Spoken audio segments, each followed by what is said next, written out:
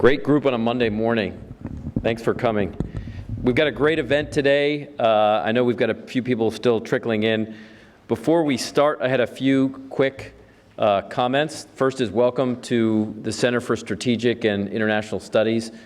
My name is Seth Jones. I'm the director of the Transnational Threats Project at CSIS and the Harold Brown Chair.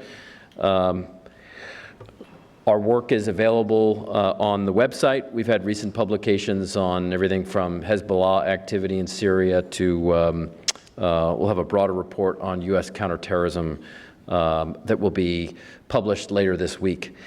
A couple of other comments as well. We don't expect any emergencies, but just in case we have one, we've got exits in the back at multiple locations. We also have them to the right of the stage as you're facing it. In general, the rendezvous point for emergencies at CSIS is over at the National Geographic Museum, which is located right next door. And if you haven't been over to their current exhibits, they're fantastic as well. So I'm not being paid to say that, but they're some great programs, including the Titanic exhibit over there. Also wanted to thank the folks at the Transnational Threats Project for all the work they put into this, from Max Markuson up front to Charlie Valley to Nick and Clayton, who are helping as well. The way we're going to do the Q&A is you will notice there are cards on your seat. We have a couple of people that will pick up those cards after the initial discussion is over, and then we'll move into a Q&A from up here. But at any point, if you have questions, please write them down. Charlie, do we have Nick or Clayton here in the room right now? Okay, and I'll point to them when Mitch is actually done with his introductory remarks. So I'm really happy to have a discussion today on the unmaking of jihadism, the current effort to combat violent extremism. We have Mitch Silber, who's the principal and co-founder of the Guardian Group. Mitch is both a practitioner based on his work at NYPD and also an author. I have used his book on al-Qaeda plots in my Johns Hopkins counterinsurgency and counterterrorism classes, so thank you for educating my students along the way. And then Jesse Morton, the founder and co-director of Parallel Networks. We'll get into a range of issues regarding extremism and counter-extremism during the discussion and the Q&A period. So thank you very much for coming, and I'm going to go ahead and sit down, and we're going to move the mic. Thanks.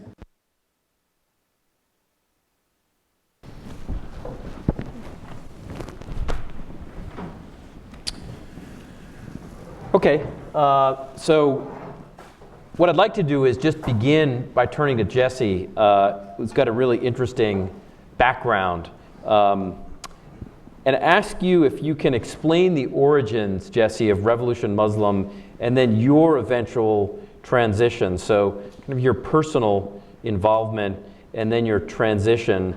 And then I want to go to Mitch for kind of the other side of this, because you were, for a chunk of years, you were sitting on the opposite side.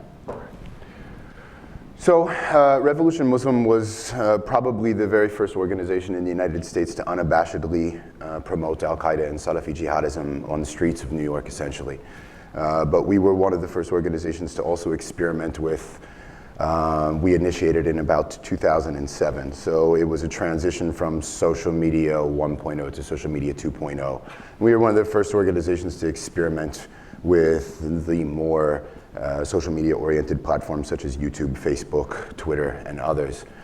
We ran from 2007 to about 2011. I started the organization as an individual who was attending Columbia University School of International Public Affairs and attempting to operate in two realms. One is Jesse Morton, my birth name, and one under my kunya, or my adopted Islamic name, Yunus Abdullah Muhammad. We partnered with Abdullah Faisal, who's a Jamaican cleric who was responsible for radicalizing people like Jermaine Lindsay of the 7/7 bombings and had a long tradition going back in Britain, but was incarcerated in Britain for communication threats and was deported to Jamaica, where he expressed an interest in inserting his Salafi jihadist perspective into the American ambit. So we formulated an organization around 3 core individuals, one an Orthodox Jew who had converted to Islam while living in Israel and went to join the Palestinians and had returned to New York City, where we operated from, became my best friend. We synthesized the charismatic preacher of Abdullah Faisal, and it gave us an interesting dynamic at the core of our organization, where you had a charismatic preacher with legitimacy, having been educated in Saudi Arabia. You had me with a political expertise that was able to frame the jihadist narrative in a way that coincided to revolutionary politics, if you will. And then you had our third colleague, Yusuf Al-Khattab, who had a reputation online that was somewhat viral, that was able to push back and become what we called basically the clown. He was able to antagonize the right wing, for example, the anti-Islamic crowd, to exploit that so that they could point to us as an organization that was calling for the implementation of Sharia in the United States, and an individual who could get on Fox News at any given time by doing something provocative. So we had a template that evolved over time. We partnered with people like Samir Khan and Anwar al-Awlaki to formulate the very first English language jihadist magazine. And from 2007 till I was arrested in Casablanca in 2011, we really set a template upon which jihadist propaganda has evolved since. Not just the use of social media 2.0, but the development of the English language jihadi magazine, and then also the private chat rooms that we see, very similar to the way that ISIS uses Telegram today to conduct their one-on-one recruitment efforts, et cetera, et cetera. But in 2011, after threatening the writers of South Park for portraying the Prophet Muhammad, I fled to Casablanca, where I was living, expecting to ultimately be indicted by the US government, which ended up being the case. While I was there, though, I started a long process of de-radicalization. I lived there in the beginning of the Arab Spring, was motivated by the fact that I was teaching people English and I was teaching economics at a local university in English and communicating with my students about what they wanted to see going forward in the state of Morocco. I was enthralled by the fact that they were committed to liberal principles but still had an Islamic identity. They sort of eradicated these sort of ideas that I had about hypocrisy from amongst the moderate Muslim community, and they opened me up to recognizing that really what people in the Middle East, particularly in Morocco, wanted were things that I took for granted.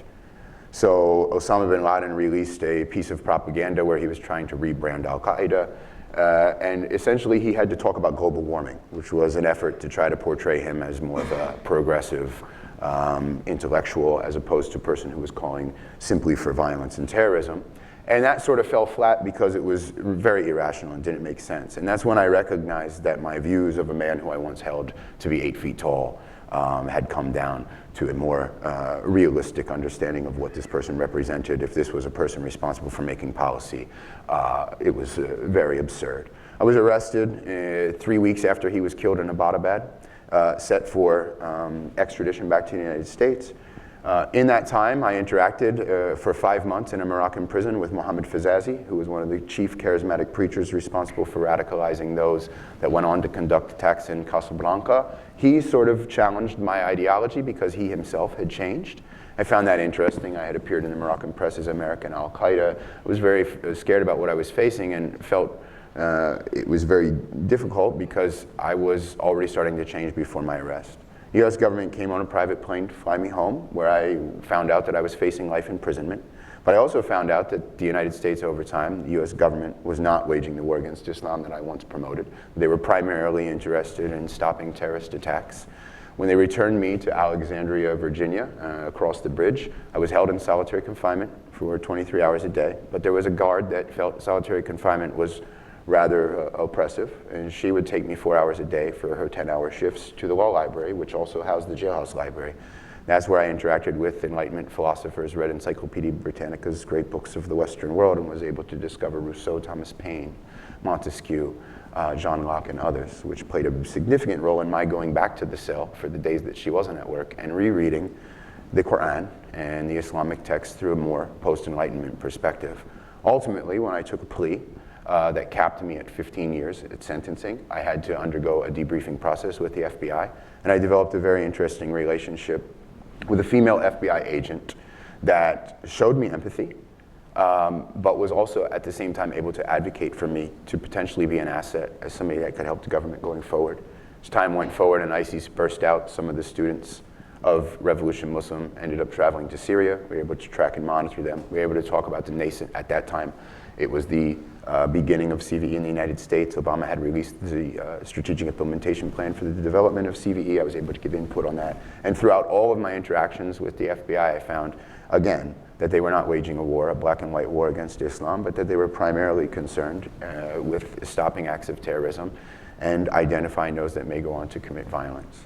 So ultimately I was originally sentenced to 11 and a half years in prison. I served almost 4 years of that before a judge reduced my sentence due to my cooperation, and I was released in March of 2015, where I continued to operate as an informant and an analyst in some capacity with the FBI, went public as America's first former jihadist, but then recognized as time went on that I had not actually done the work of de-radicalization because I had refuted the ideology, changed the ideology, but I had never addressed the issues that ultimately facilitated my entrance into radicalization in the first place.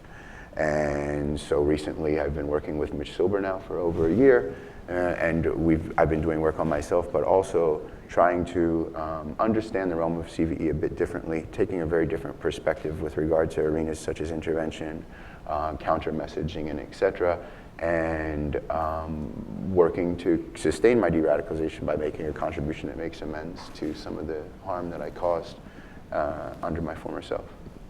Great. Mitch, over to you. Between 2006 and 2011 in particular, from the NYPD perspective, you were working directly against Jesse. So could you talk about what he outlined from your perspective sitting on the other side, in part virtually? Sure. Well, to some degree, I was responsible for having Jesse arrested and imprisoned. So we'll start there. My role at NYPD was as Director of Intelligence Analysis. So I oversaw the cadre of civilian analysts and detectives who were running investigations in New York City. During that period from 2006 to 2011, probably the most complicated and challenging investigation was that of Revolution Muslim, and that specifically of Jesse Morton, who led that organization. So from 2006 to 2011, think a little bit of it sort of as Catch Me If You Can, with Jesse as Leonardo DiCaprio and us trying to catch him. In the UK, there's a group called Al-Muhajirun, and in speaking with the UK security services, depending on the time that you're speaking to them, they would say maybe 25 to 30% of UK citizens who have gone on to join Al-Qaeda or some other jihadist organization spent at least some time in Al-Muhajirun. So when we understood that in New York City, we had a version of that, first the Islamic Thinker Society, and then frankly Jesse's more extreme splinter organization, Revolution Muslim, we were highly concerned about that. And at NYPD, we were fortunately able to position an undercover NYPD officer in Revolution Muslim, and in fact, as the IT administrator. So he knew what Jesse was having for breakfast most days. However, it was very difficult because Jesse was frankly a savvy operator. He knew where the line was in terms of First Amendment, and he was quite circumspect in not crossing it. Nevertheless, he was really the chief ideologue for Revolution Muslim, and one of the things that we outlined in our paper earlier this summer was that there are 15 plots around the world that you can trace the individuals who participated in that in them being followers or interacting with Revolution Muslim. And it was a pretty wide span. You've got two individuals, Carlos Almonte and Mohammed Al-Assad, two individuals from New Jersey who radicalized and wanted to join Al-Shabaab. You have another, Abdul Hamid Shahada, who is a US citizen from Brooklyn who traveled to Pakistan, and NYPD had to interact with the US ambassador to have him turned around in Islamabad, sent back to the US, but make no mistake, his intention was to join Al-Qaeda. You had plots in the UK, a plot to attack the London Stock Exchange over Christmas in 2009. You had the stabbing of a UK parliamentarian, Stephen Timms, by a woman named Chowdhury, where she had attacked him for his support of the Iraq War. You had a plot against the New York City subway by Jose Pimentel following the instructions in Inspire magazine how to make a bomb in the kitchen of your mom. He made it in his mother's kitchen. So these were potentially deadly plots around the world, and all trace their origin back to Revolution Muslim. You even had a plot in Boston, Redwan Firdaus, who wanted to use a drone to attack the Pentagon. And frankly, even if you look at Inspire magazine, the first issue of it had its list of enemies, and as Jesse mentioned, Samir Khan, the primary author of that magazine, had been a member of Revolution Muslim before he left for Yemen. And in that magazine, he listed enemies of Al-Qaeda, which featured me, which triggered police protection for my 2 sons and wife for a period of time by the NYPD. So this was, Seth mentioned we were working in opposition to each other, very much the case. Fast forward to last summer, the attack on the London Bridge, where it turns out one of the primary attackers was in fact a member of this group, Al-Muhajirun. And the story of NYPD's fight against Al-Muhajirun hadn't really been talked about. I knew Jesse had been recently released from prison, so I reached out to Jesse and said, listen, why don't we tell the story of NYPD versus Revolution Muslim, and maybe even more importantly, how a lot of the different techniques that Revolution Muslim pioneered, Internet 2.0, English language magazines, interaction, social media interaction online, are things that have been adopted by ISIS. And frankly, as ISIS moves into this phase of more of a virtual caliphate, there are likely techniques that ISIS has adopted that were pioneered by Revolution Muslim that we need to look at more closely if we're going to figure out how to adequately fight a virtual caliphate. So this partnership kicked off, and Jesse created this nonprofit organization called Parallel Networks. And the idea is really to do 3 things. Use formers to, number 1, do CT and CVE research. Number 2, use these formers for targeted interventions in a pre-criminal way for that 15, 16-year-old who hasn't really crossed the line to criminality, but is spending time on the ISIS websites and is going down that road. And then thirdly, interacting with people who have gotten out of prison who need to rehabilitate but have a CT background. And we know there are about 100 people who are going to be getting out of prison in the next 5 years in the US, and to date there is no formalized program to help rehabilitate those people. So that's a quick summary of sort of my part of the other side of Jesse and where we are now. So before going to Jesse with a couple of questions and then back to Mitch, wanted to remind everybody that they have cards. If they could pass them down, Charlie over here and Nick over here can pick them up. They'll come around.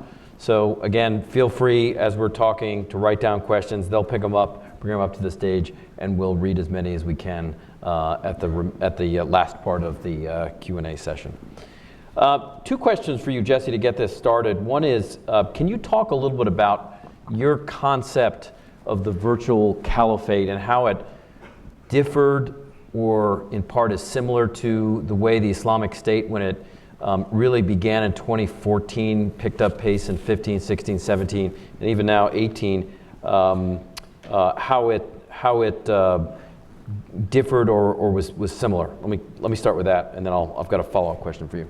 Okay, I think it's very important to pay attention to the historical evolution of online propaganda efforts to radicalize and recruit. What we've seen is the development, largely similar to the template that Revolution Muslim set, of an ability of people that, in the beginning, it was all people living in the West and espousing an ideology that was just generalized. But when Anwar al-Awlaki traveled to Yemen and Samir Khan later joined him, we had the very first case of propagandists that were known in the West that had a Western version of al-Qaeda's narrative that appealed in many ways, as much stronger than the stuff that was coming out of the Middle East. Now they were embedded with al-Qaeda in the Arabian Peninsula, and they weren't able to just say this is the ideology, you should adhere to it, but they were able to show you how to act on it.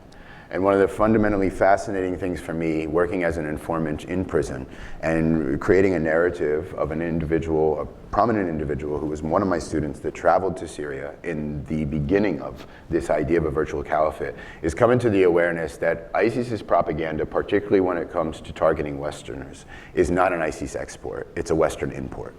And so a lot of the individuals that were affiliated with Al-Muhajirun and had a heavy understanding of how to make the message appealable to those in the West embedded themselves in Raqqa and were living in a safe house all together, where they were concocting ways to utilize the internet, Twitter particularly in the beginning, and they've since navigated and adjusted in platforms the same way that we used to. When they would take us down on YouTube, we would have another channel up and running within days. When they would take down our domain name, we would have another domain name running. And that's really the game of cat and mouse that the virtual caliphate has played. As we see us adapt to them, they're incredibly fluid and are able to adapt as well.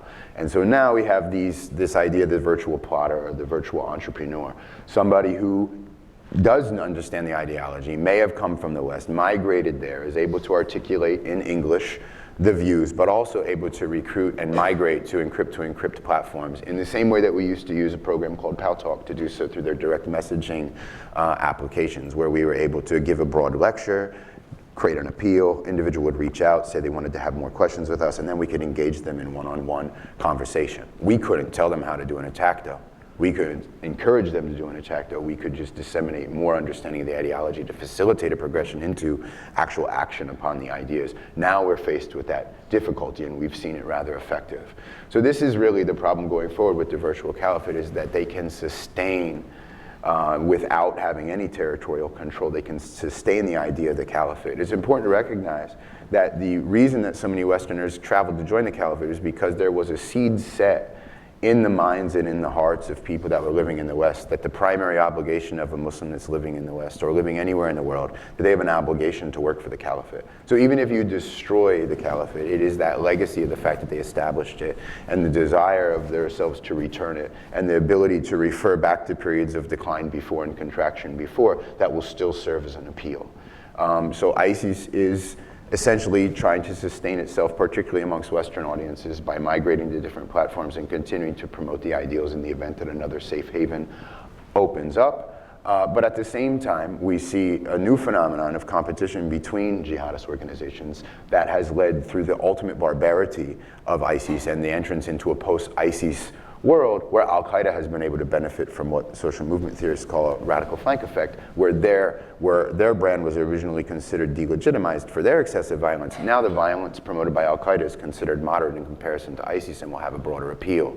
So we have to think ahead. It's not just about ISIS's virtual caliphate, it is about a virtual caliphate with access online from different organizations, and there'll probably be splinters that branch off. We see arguments amongst ISIS followers even online today with regard to who they can kill, with regard to who's a non-Muslim, who's a Muslim. So these things continue to mutate. It's one of the important things that's recognizable in the paper that Mitch and I wrote. The splinter is always important to pay attention to, because these things metastasize, and they metastasize into more and more accepting of wanton violence. But at the same time, you're stretching the narrative to the point where you have groups like Hayat Tahrir al-Sham in Syria, which have 30,000 people by most estimates, and then you have the organization Al-Qaeda, which introduces an organization, Harasuddin, who now has about 1,000 followers and has filmed some of its first attacks, and they're going to disseminate the ideology there. So we want to wait for the rise that's affiliated with a territorial safe haven. So now in the lag time where the territory has been dismantled, what they'll try to do is sustain themselves with the idea. But we have an opportunity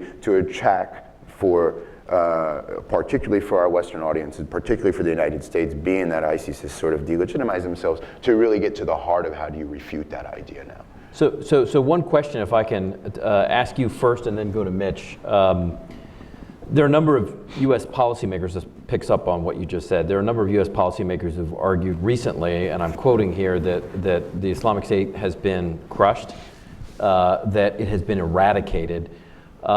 I think a number of Americans, it's been a while since many have assessed there's been a notable Salafi jihadist attack on American soil, certainly different from the British experience or the French experience over the last year or two. Britain had a number of attacks, including at the Ariana Grande concert in Manchester.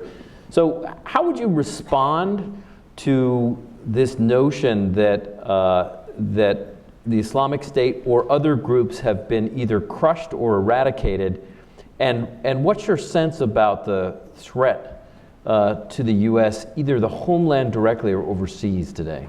So I would say, and I would suggest that we've been here before. I remember when I was arrested in May after Osama bin Laden was killed in Abbottabad, we started to debate, particularly in our mainstream press, about whether the war on terror was winding down and whether it was over. That leads to an awareness that it is not about organizations, that this Salafi jihadist entity is one that runs on ideology, but it's a movement. It's now become a movement, and it's bound together by similar principles, some of which people can differ on, and now you'll have a competition, a marketplace of ideas amongst jihadists, if you will, for competition. But with regard to the threat to the homeland, I think that what's setting in for jihadist organizations that do have a better capability to direct and plot attacks, we went from a phase of command counterterrorism in the beginning to one of leaderless resistance that my organization helped facilitate. I think now we're going back to a command counter situation where the internet or virtual caliphate makes that possible. But I think that there's a realization in the jihadist community that the law of diminishing returns is setting in with regard to leaderless attacks. And I think that both Al-Qaeda and ISIS are aware that in order to claim or retain the mantle of jihad, they'll have to do an attack that sort of outdoes or rivals to 9/11. So I think our primary concern should be with regard to some of the threats of whether or not there's a capacity in the United States, which is the ultimate prize for jihadists, which is something that Ayman al-Zawahiri is continuing to argue for, is that we have a tendency in the jihadist community now to turn internal to the Middle East, but we still need to prioritize the head of the snake. We have to really look at and adjust for the possibility. I mean, it's important to recognize, not to ramble on, but the very first entity that was attacked once we announced a coalition against ISIS was not an ISIS target. It was the Khorasan group, which is an Al-Qaeda-aligned organization that was operating inside of Jabhat al-Nusra, the Syria in Syria, that had an ongoing attack ready to conduct. They had a plot, at least, and a plan to conduct an attack in Europe that was in its last stages that would have rivaled with regard to casualties as they saw at 9/11. So it's very important to pay attention to these fluid dynamics that evolve and the capacity to facilitate. Now you don't have to travel to Afghanistan, receive training, or Pakistan like a Faisal Shahzad to come back, or Najib al-Azazi. Now you can literally just do it from encrypt to encrypt platforms. It's quite dangerous. Same question to you, Mitch. ISIS eradicated, and your sense of the threat to the U.S., either homeland or its interests overseas. Sure. No, similarly, I do think we've been here before. I remember U.S. Government officials talking about the demise of Al-Qaeda. After bin Laden was taken off the battlefield, after al-Awlaki was taken off the battlefield, and sure, there was an ebb after that. But ultimately, there was that revival. Think about the 2012 to 2014 period before ISIS stormed onto the stage in Iraq. And to some degree, I think that's where we are. We're in that sort of ebb in the diagram. Where will the new safe haven be? Physical safe haven? Unclear. Will it be in Libya? Will it be in parts of Syria? Yemen? Someplace Horn of Africa? Unclear, but there's no doubt that the ideology is still there.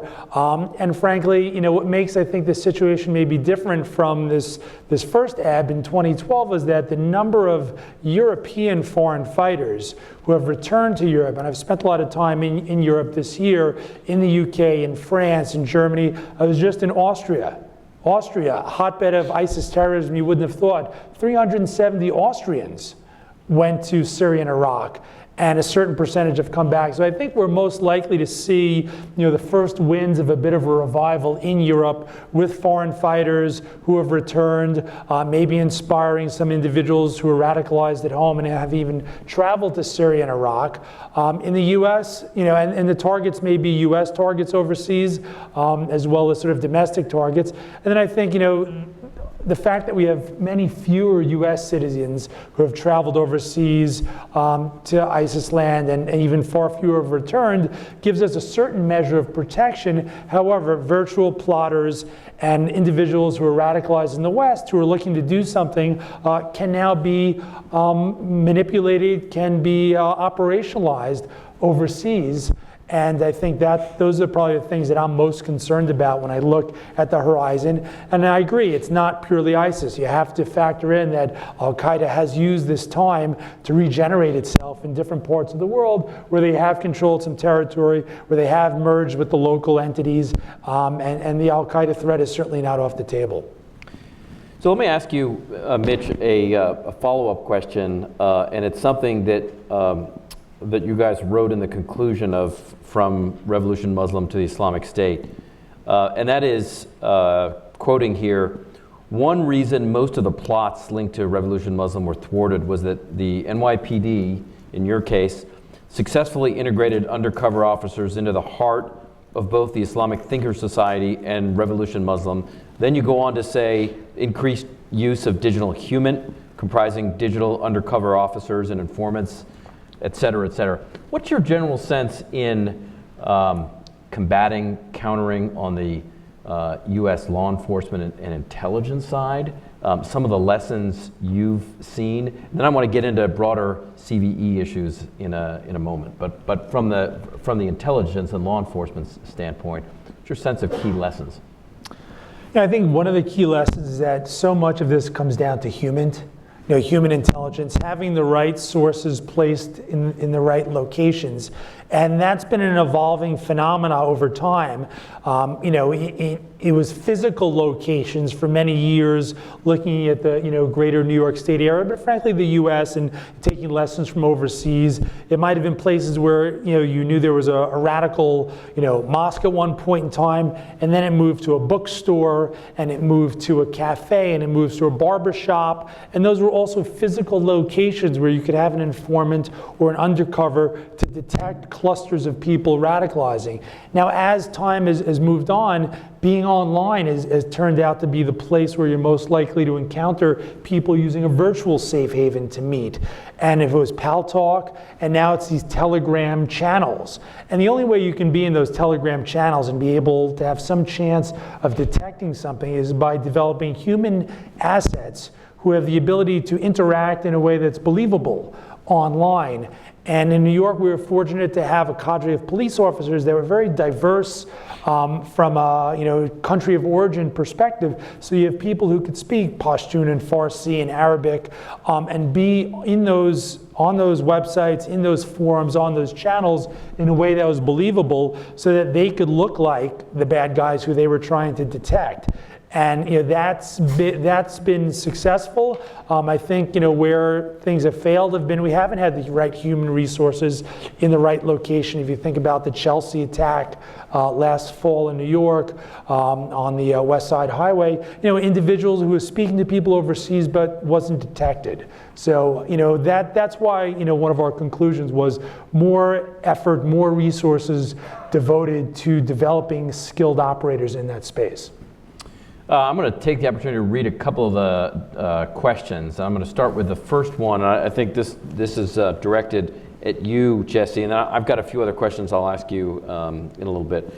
So here's the first one from one of the audience members. Does Parallel Networks have plans to perform prison de-radicalization programming in the U.S., or is civil society CVE space limited to pre-post incarceration? So. What's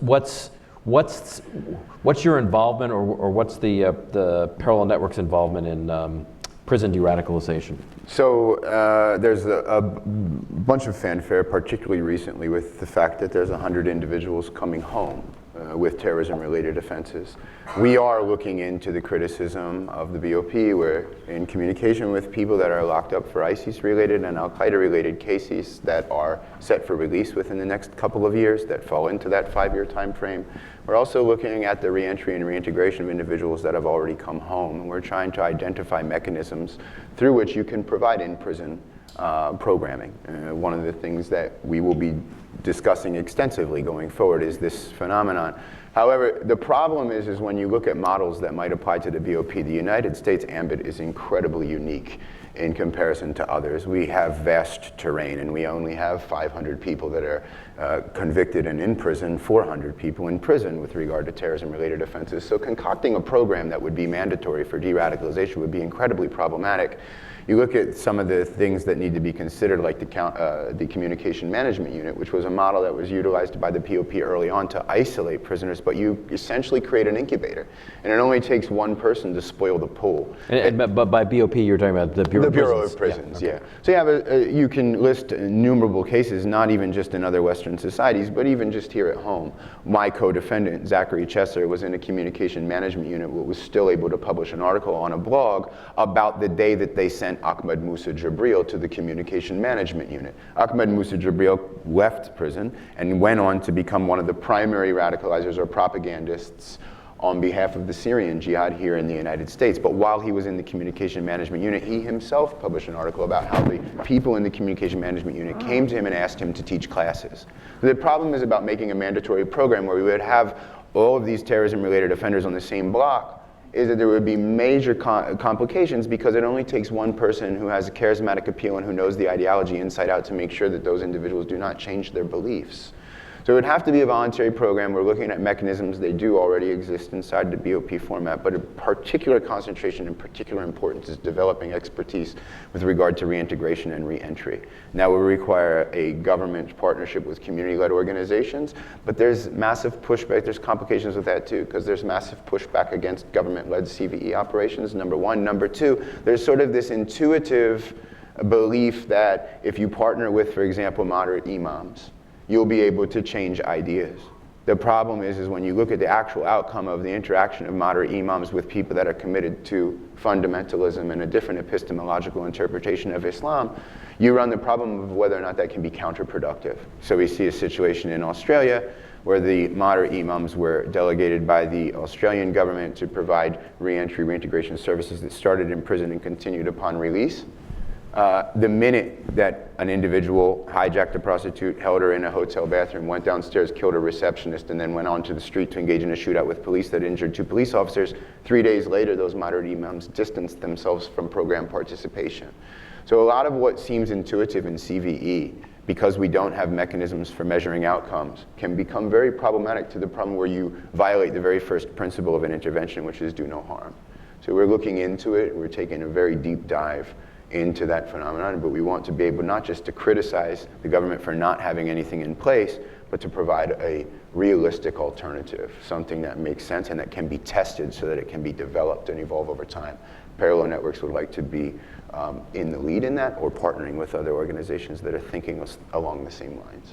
So, Mitch, if I can take a step back and ask you to outline your thoughts on U.S. government counter-violent extremism projects and programs more broadly. U.S.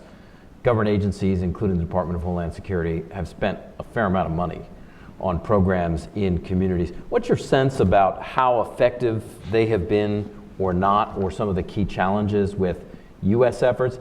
I mean, we note, for example, overseas, the British have spent a fair amount of resources as part of the Prevent program, including Channel and other programs. A new program the British have introduced for individuals that have just left prison. The French have devoted increasing amounts of resources on CVE as well on the Prevent side. I mean, what's your sense about here, how effective those efforts have been and what some of the challenges are? Yeah. Easy question. Yeah, exactly. I think when we look back as how the U.S. has approached this, really, it goes back to the Obama administration and their assessment that something needed to be done, and to complement the hard CT efforts is a softer CT effort. I think a lot of it was start and stop. There was some, interest, but then questions how to move forward. After the attacks at the Boston Marathon, CVE got rejuvenated interest in the U.S. And as we understand that there were 3 little pilot programs put into place in Boston and Los Angeles and Minneapolis. And what was determined was that who should be in the lead? Well, the U.S. Attorney's Office in those particular jurisdictions should have the lead on CVE efforts. And I think, if you look, the U.S. Attorney's Office has made good faith efforts to organize different people from the community to be involved in these efforts. But frankly, one of the biggest problems, and we saw this, looking and speaking to people in the UK, is that the U.S. federal government is a clumsy actor in this space. And radicalization is often a very local phenomena. and bringing the U.S. government and all of its capabilities from the federal government on down tends to, number one, not have any legitimacy in dealing with people in the field. So there really has to be an organic local effort to combat violent extremism. And the other thing that the U.S. government has as a complication is that religion is a topic just can't touch. And while the U.S. government is willing to engage in a political debate over U.S. foreign policy in a particular region, can't touch the ideology that is also a mobilizing factor for these individuals. So it puts it at a disadvantage in trying to push people off the path. So, it seems like local organizations that almost, if you look at the gang world, where you've taken former gang members and taken them and said, you go back into the community, talk about your experience, and hopefully that's a deterrent when you're speaking to the 15, 16-year-old version of yourself and say, listen, I've been down that road. I know what you're thinking, I know the ideology, but let me tell you, it's a dead end. And at least to our assessment and looking at some of the programs in the world, that's probably the best route to go. So if if we had any advice for U.S. government, it'd be to almost take a venture capitalist approach, provide some angel funding to local initiatives that have credibility because it's not coming from the U.S. government, and let them do some work, maybe create some standards that they have to adhere to. But it's going to be difficult and unlikely to succeed with the U.S. government top-down pushing these initiatives. Yeah, especially to start them. Yeah. Jesse, there's a question for you from a member of the audience, which is really the role of women. What role do you find women playing in these types of organizations? As recruiters, fighters, organizers. From both a radicalization standpoint, the role of women, as well as in the counter-violent extremism, what role do women play? And I'll just highlight that I know in traveling to Europe recently, one of the challenges from a number of European government standpoint that have seen a large number of foreign fighters. Many have not returned to Europe, but their families, including wives, have and are. So the broader question of the role of women. So with regard to the role of women in the radicalization process, they are a cornerstone of the process. We used to deliberately look for women that would administer our chat rooms for a number of reasons. Number one, because women attract men. Even people in extremist movements are looking for partners, they're looking for marriage, and one of the primary appeals is the opposite gender. But they also had, due to our contacts with people in Europe, they had an enormous amount of time on their hands. They were housewives. In the Islamic tradition, it's typically the case that a woman who practices fundamentalist Islam does not go out and work in the day. They take care of the kids. So who has more time to be on Twitter, for example, than a woman? And they can understand the ideology and they can disseminate it. And once they do, they can be powerful, because what we used to do is make it look like, look, this is a woman that is sacrificing herself and sacrificing her time for the sake of this movement. What are you men doing? And that's an incredibly shameful approach to facilitating that progression from radicalization into violent extremism. So there's many more variables and roles that women play. They are a major appeal to the movement. We also have to understand that Salafi jihadism is powerful because it's a coherent and comprehensive worldview that includes everything right on down to how you practice your family life. And it includes every single aspect of life, and it pits every single aspect of a fundamentalist Muslim's life against what are considered norms and standards in the West. So if you want to refute ideas of Western feminism, for example, what a powerful narrative it is to have a woman go on an online application and say, I wear niqab and cover my face because this is feminism from an Islamic standpoint, to create and further feed into that us versus them divide. Now, on the sense of countering violent extremism and the role of women, I think it's conclusive, and that we're starting to learn more and more, particularly in the international level, particularly on the work that the United Nations is doing on the role of women as dissenting voices. Women have a serious role to play, because, particularly with regard to the cases that you're referencing, because a lot of times maybe they were not as coerced into their participation or their joining of ISIS as a lot of times they make it seem, which is obviously in their interests. But having experienced that and being able to detail what life was really like under the so-called Islamic State, and to document that, and then to show the effect on the children, right? And to show the impact that it had. There's serious trauma, and it's one of the things that we're going to face going forward. One of the most powerful narratives that ISIS has to prove that it is still sustainable and it is still Legitimate is the idea of the cubs of the Caliphate. The fact that they've prepared an entire generation while they were ruling in Mosul particularly of thousands and thousands and thousands of kids who have been prepped ideologically and operationally to carry this jihad on into the next generation, which makes it seem like even though we lost territory, we will definitely continue to thrive. So challenging those narratives is incredibly important, showing the trauma of the children that are coming back, but not just showing the trauma, showing the fact that Western society can deal with this in a non-sort of punitive way. I mean, these women need to be given opportunities to heal, and in particular cases where the risk assessment is conducted, where it seems like they can become reintegrated effectively, then their narratives become, like Mitch said, the former that is credible, but also at the same time at the level of prevention can be most valuable. So, question for you from the audience, and let me preface it by saying one of the new developments in the recent British counterterrorism strategy that came out in June, called Contest, includes concerns about the rising threat from extreme right-wing groups in particular. They had the attack at the Finsbury Park Mosque. They had the murder of the Member of Parliament, Joe Cox. So one member of the audience here asks essentially about the role of and the danger and the threat and the reaction to extreme right-wing groups in the U.S.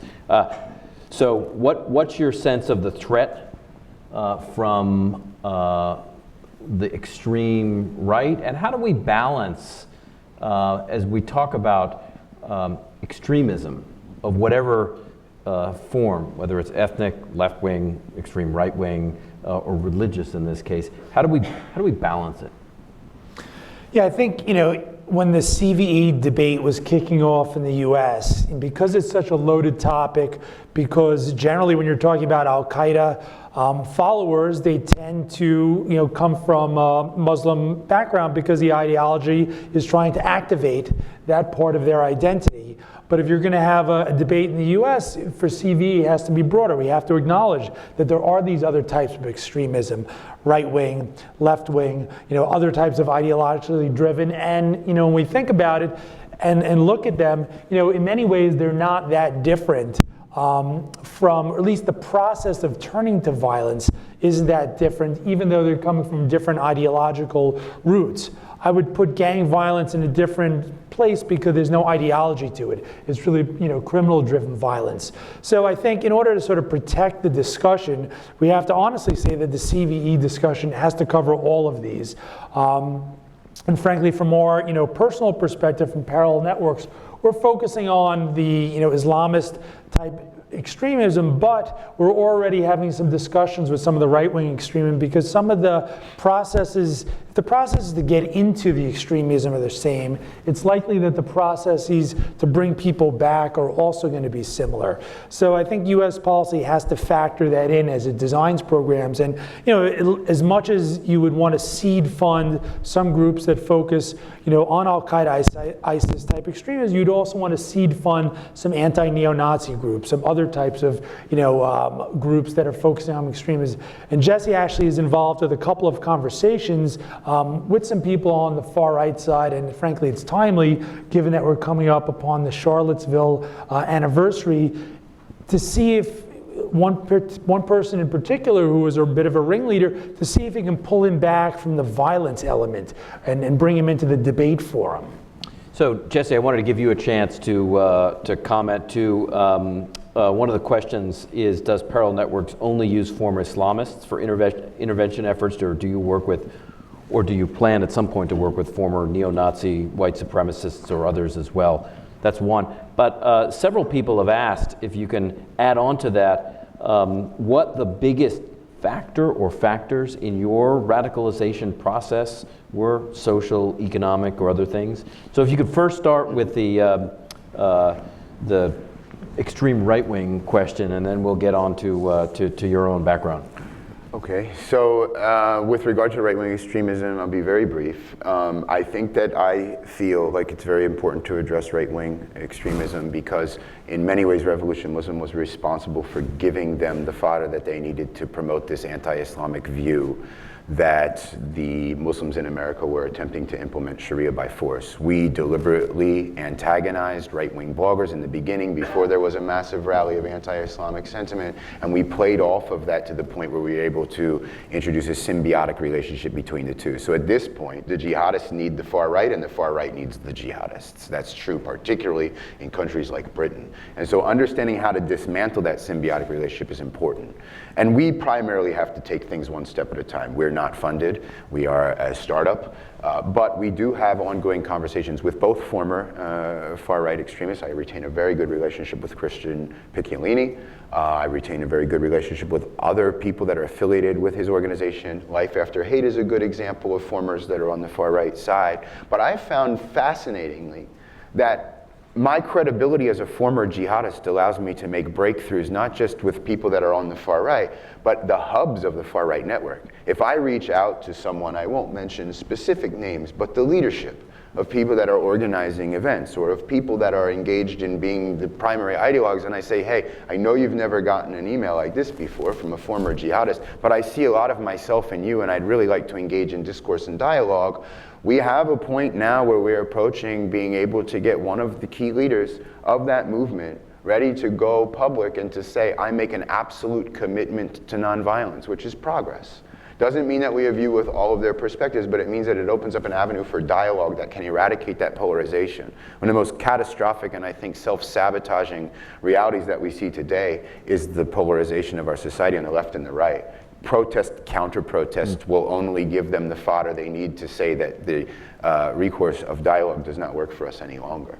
And I mean, I note that the Finsbury Park attack was done by someone of the extreme right against killed an individual at Finsbury Park outside of London. Also, we saw a number of arrests in France for individuals committed not to attacks against Muslims per se, but those viewed as radical Muslims too. So there have been efforts in a number of European countries where the two issues clearly are intertwined and feed off of each other, including the radicalization process. So can you talk a little bit about the your own radicalization process? What were the factors that contributed to it? You talked a little bit earlier about the de-radicalization process. And I think the opposite principles, the antithetical principles to those I mentioned that were the primaries with regard to my de-radicalization are important in my own radicalization. So one of the things we're starting to learn more about is the role of trauma. I certainly had a traumatic upbringing, ran away when I was 16 as a result of child abuse. It's not an excuse for becoming what I became.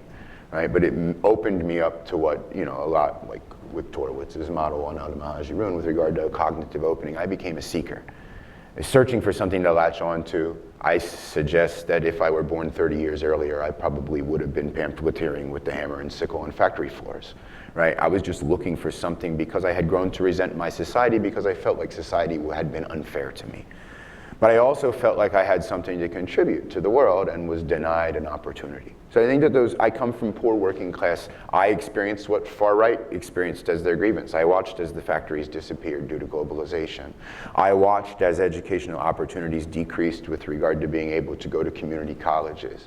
And I know the impact that that had as the heroin flooded in to those societies. I watched it. I grew up around it. And I think that that too led me to search for radical ideology like Islamism, but for reasons of resentment against my own people and for my own leftist leanings in my house. I chose more revolutionary Islam. So all in the background, those are the variables that are associated. Trauma is very important with regard to looking at, particularly when we look at areas of conflict. The more and more we look at areas of conflict, trauma is important to address with regard to that. And I would say just real quickly, there is an intervention that I conducted where a lot of times it's assumed that this is a purely rational ideological choice. And every time that you conduct an intervention, you have to try to look at why a person chose that ideology, and you'll always find that in the background is sort of some life event or a life circumstance that can allow, if you can get back to that root, then you can truly get a person to realize that they chose the ideology because it was an outward projection of their own frustration and their own pain. There was an alternative ideology that didn't appeal to them for a particular reason. So you have to get back to the root, and the way that you do that sometimes is by addressing the ideology and going backwards, and sometimes saying there's no need to talk about the ideology because you're so firmly committed. Let's talk about your life. And so it's understanding the interplay. The ideology is sort of the conduit that facilitates the progression along radicalization into violent extremism. But in the back, it's the background baggage at the level of prevention, and then even at the level of intervention, that's the most important to pay attention to. So, Mitch, turning to you, there's a question about sort of broader participation, whether it's people in the room, those watching online, the public in general. How can the greater populace, non-law enforcement, for example, combat online radicalization? Is the support of, quote, moderate secular voices useful? So how can we, what role do we have, if any, in countering violent extremism? You know, I think if there's a role, it's a role to sort of encourage the debate and the discussion. I think as we've heard sort of Jesse describe, you know, one of the routes, one of the pathways to turning to violence was feeling that your views, you know, couldn't be heard, couldn't be engaged. And, you know, whether it's on, you know, the foreign policy spectrum or other types of subject matter, you know, these, you know, getting these issues out into the open and having forums for discussing them, you know, potentially is a way to give people, if they're forced to defend their point of view and they're not in an echo chamber where everyone has the same viewpoint of themselves, they might have to consider some other viewpoints and factor that in. Is that going to prevent someone from going down this road? I don't know. That's sort of, you know, there are so many factors that determine it. But that, you know, if there's one way, you know, the discussion on Facebook, the discussion on Twitter, it's so polarized. It sort of goes, you know, to 11 so quickly in terms of intensity. If there was some type of, you know, more restrained debate, that would obviously, you know, be less likely to antagonize people. But it's really more of a societal issue, you know, that's much broader than the CT, CVE space. Great. Last question to both of you gets into the issue of freedom of speech and radicalization online. So first to you, Jesse, and then to Mitch from one of you. How do you limit the effects of radicalizing online, including propaganda, while retaining freedom of speech? I mean, it's in part an issue I know that some of the Silicon Valley firms have had to struggle with as well. So why don't we start with you? That's quite a difficult question to answer with some concision, but I think it's about finding the right balance. So basically what we've done because of our First Amendment, and it is understandable, I walked right up to the line, and they were not able to do much at all about it. But we've deferred and defaulted to social media companies sometimes. Can you just explain when you walked right, and you say you walked right up to the line? What did that mean for you? Well, I mean, we would press the issue all the way up to basically I love Osama bin Laden, you should act on his ideas. We would create some controversy in the press, like, for example, the most viral thing we did, which was threaten the writers of South Park, which ultimately got me incarcerated. But it was because my co-defendant did not have a proper understanding of the First Amendment. I was crafty enough to understand, one of the first things I did when we started to get sort of popular in the jihadist sphere was to review case law on the First Amendment extensively so that I knew what I could say and what I couldn't say, what was considered a threat, what wasn't considered a threat. That is basically a manipulation of the First Amendment, and it's essentially what is being promoted by people. Right now we have a rally here in August the 12th for white civil rights, and it's quoted in their own organizing documents that this is our effort to game the system. Right? So you can game the First Amendment to some degree, right? And that is why there's such pressure on social media companies, because these are the platforms on which it occurs. And the way that you can sort of tweak what's permissible to say is through terms of service agreements, right? And so they've been delegated the responsibility, and the government has pushed criticism. And it's very difficult to understand because it's a changing nature of the universe where, like, we all hear what each other says. We're all interconnected. We talk about 6 degrees of separation. It's actually minimized now. When we look at degrees of separation on Facebook, we're all interconnected by 4 steps away from each other. So everything that we say resonates, but at the same time, when you study who we're talking about and the interconnection of those pathways, we're actually clustered. So you have this like really serious problem of how do you use free expression to engage in dialogue and discourse when nobody that disagrees with each other is talking to each other and when extremists are in their own echo chambers. So it's understandable that there's terms of service, the efforts by takedown to remove content. It's understandable. I'm not so sure it won't make the problem worse. So I think that it needs to be thought of holistically, whereas you can take down content where possible, but you have to realize that migration and other phenomenon that will work around it will sustain the discourse. So how do you promote engagement and dialogue? Rather than shun these people, not give them a platform, not give them an opportunity to speak, engage them. Give them an opportunity to speak. Because that way you can push back against them. Create forum like this. I mean, one of the things that we are planning on doing is publicizing the fact that we have engagement with a far-right wing extremist and being able to put him on a stage and allow him to express his views no matter how hard they may be. And giving an audience like you all an opportunity to push back. But we suggest that combativeness and rational refutation, that's why counter-messaging doesn't work, because people are emotional. They don't think like that. And that's why we are trying to create sort of an alternative ecosystem. We went from counter-messaging to alternative messaging. We need to induce a new term, because you can message all you want. Unless you practice what you preach, and you have an alternative holistic ecosystem that you can pull people away from that's built on antithetical ideas to extremist ones, nothing will essentially work. So we need to preserve free speech by forcing dialogue with those we disagree with, rather than only engaging with those that we do agree with, which is something that even moderates and all of us essentially tend to do, whether we recognize it or not. Mitch, you get the last word? Sure. I think it's worthwhile, we talked about Jesse dancing on the line of the First Amendment.